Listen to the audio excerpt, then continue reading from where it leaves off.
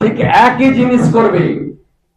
এই কারণে পশ্চিমবঙ্গে কোন খুনি সে ধর্মীয় উন্মত্ততায় খুন করে থাকতে পারে, অথবা বোনেদের কন্যাদেরকে ধর্ষণ করে খুন করে থাকতে পারে, কারোরই কোনো পানিশমেন্ট হয় না। না রাজনীতির রং নেই তো, ধর্ম কারণ। এরা বামপন্থী পরিবার বাড়িতে ঢুকে খুন করে দিয়েছে।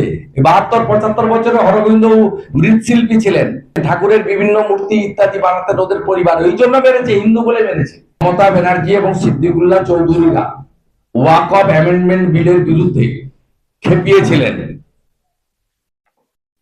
এই 13 জন যখন দায়ী, এদেরকে খেপিয়ে রাস্তায় যারা নামিয়েছিলেন, জীবন থাকতে ওয়াকফ চালু করতে দেব না। মমতা ব্যানার্জির 25টা বক্তব্য রয়েছে। কামধুনির মতো out of sight out of mind হয়ে যাবেন।